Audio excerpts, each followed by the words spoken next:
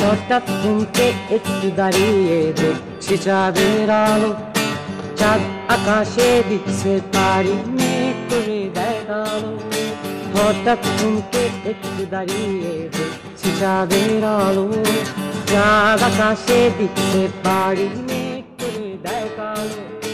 চাঁদের সাথে মেঘে এত লুকোচুরি খেলা, চাঁদের সাথে মেঘে এত লুকোচুরি খেলা, চোখ ফিরিয়ে যায় না করা চাঁদকে অবহেলা।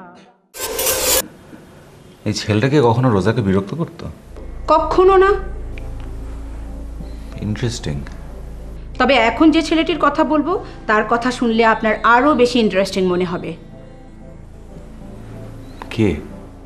লোকটির নাম মেজবা, বয়স 35 কি 36 হবে। সম্পর্কে আমার দূর সম্পর্কের কাজিন।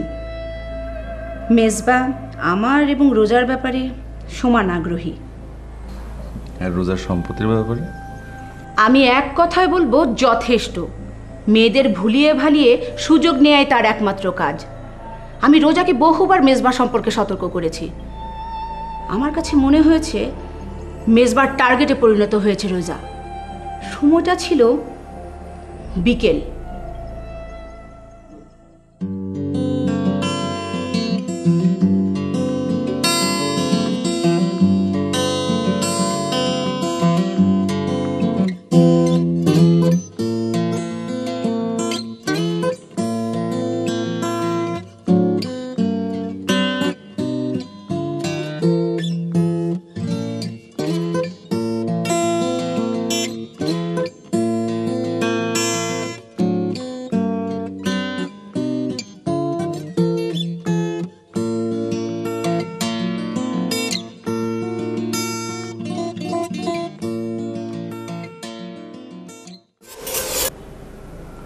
আপনি বলছেন যে এটা হচ্ছে রোজা অপহরণের দিনের ঘটনা? Exactly exactly. ওই ঘটনার পর থেকে এখনো পর্যন্ত রোজাকে আমি রিচ করতে পারিনি।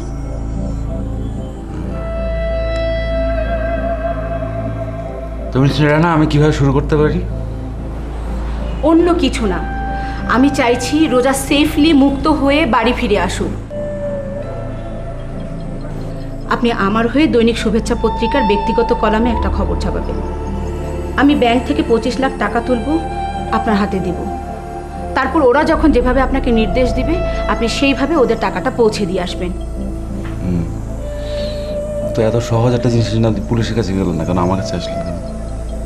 দেখুন, আপনি বিখ্যাত গোয়েন্দা হাসান ইকবাল। আপনার ব্যাপারে আমার পূর্ণ আস্থা আছে। আপনার সম্বন্ধে যথেষ্ট খোঁজ খবর নিয়ে তবে আমি এখানে এসেছি।